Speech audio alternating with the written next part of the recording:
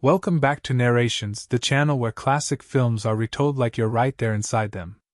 Today, we're diving into one of the most iconic thrillers of all time, Alfred Hitchcock's Psycho, 1960.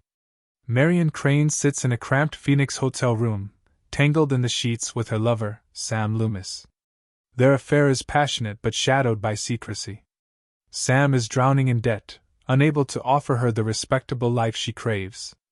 Marion longs for more than stolen afternoons. She wants permanence, escape. And when fate places temptation right in her hands, she takes it. At her office, she's entrusted with $40,000 in cash to deposit at the bank. Instead of following orders, she slips the money into her purse, trembling as she makes the decision that will change her life forever. Marion packs her bags and hits the highway, her eyes darting to the rearview mirror. Every passing car, every stare feels like suspicion. Her guilt manifests in imagined conversations, her boss discovering the theft, the client demanding answers. The weight of her crime presses down with every mile. As night falls, exhaustion and a pounding rainstorm force her off the road. Ahead, a flickering neon sign cuts through the darkness, Bates Motel. The place looks deserted, but it promises shelter. A polite but awkward young man named Norman Bates greets her. He's soft-spoken, with a nervous smile, almost boyish. He offers her a room and insists on making her a meal. Marion accepts. They sit in a parlor filled with eerie, stuffed birds. Norman speaks tenderly about his mother, a controlling, bitter woman who never lets him live freely. His words hint at sadness, maybe even captivity. When Marion mentions that she might return the stolen money and face the consequences, it feels like a crack of hope. Perhaps her conscience is stronger than her desperation. But then comes the scene that seared itself into cinematic history. Marion steps into the shower of her small room. Steam clouds the glass as she relaxes, water washing away the grime of guilt. Suddenly, the curtain is yanked back. A figure looms, a woman's silhouette, knife in hand. Screams fill the air, sharp stabs of music pierce the soundtrack, and the blade falls again and again. Marion collapses, lifeless, water mixing with her blood as it spirals down the drain.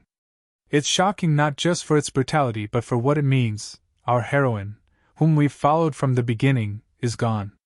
Hitchcock breaks every rule, pulling the rug out from under us.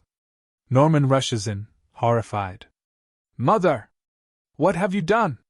He cleans the scene meticulously, wrapping Marion's body and belongings into the car trunk, sinking it into a nearby swamp. The water swallows the evidence whole. But Marion's disappearance doesn't go unnoticed. Her sister Lila and Sam grow suspicious, and a private investigator named Arbogast begins digging. He questions Norman at the motel.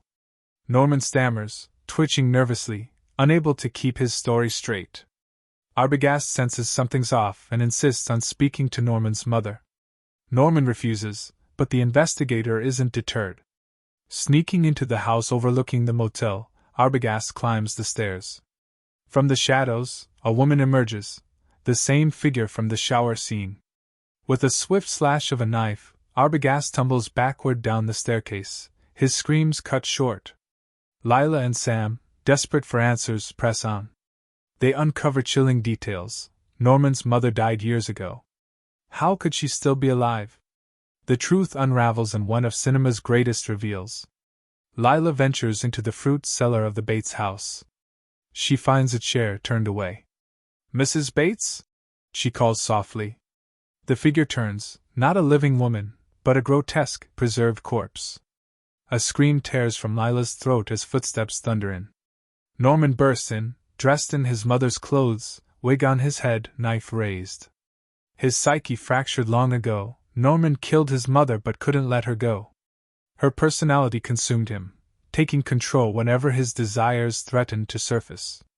Sam subdues him, and Norman is taken away, but in his cell he sits calmly, his mind completely overtaken by Mother.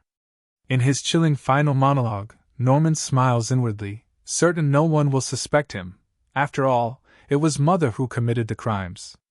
The film closes on his sinister grin, fading into the swamp where Marion's car was hidden. Hitchcock leaves us with dread, The uneasy realization that evil can wear the most unassuming face. Like this narration? Don't forget to like, share, and subscribe to Narrations for more immersive retellings of legendary films. And if you've never seen Psycho in full, it's worth experiencing every chilling detail for yourself.